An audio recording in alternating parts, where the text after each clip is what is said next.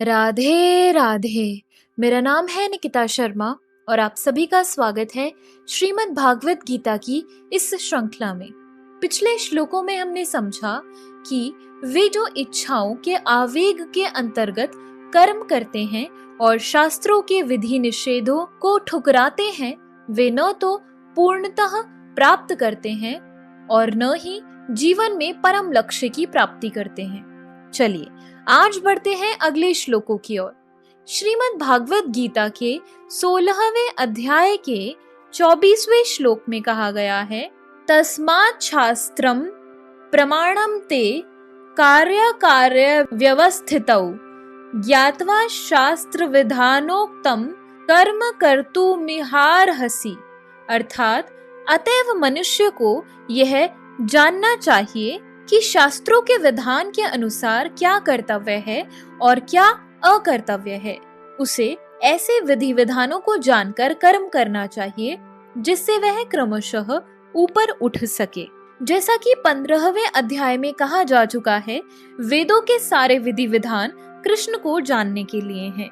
यदि कोई भगवत गीता से कृष्ण को जान लेता है और भक्ति में प्रवृत्त होकर कृष्ण भावनामृत को प्राप्त होता है, तो वह वैदिक साहित्य द्वारा प्रदत्त ज्ञान की चरम सिद्धि तक पहुंच जाता है।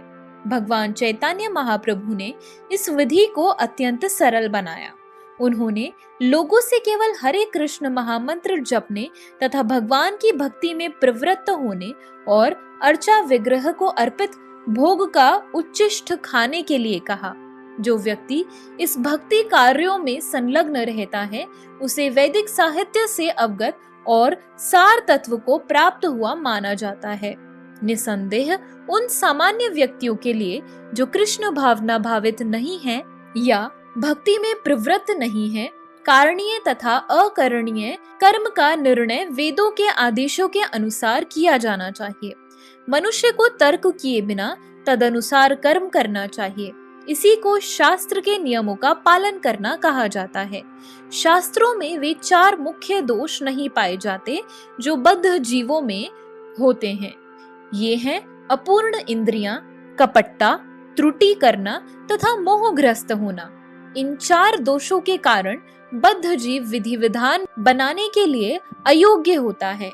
अतएव विधि विधान जिनका उल्लेख शास्त्र में होता है, जो इन दोषों से परे होते हैं, सभी बड़े बड़े महात्माओं, आचार्यों तथा महापुरुषों द्वारा बिना किसी परिवर्तन के स्वीकार कर लिए जाते हैं।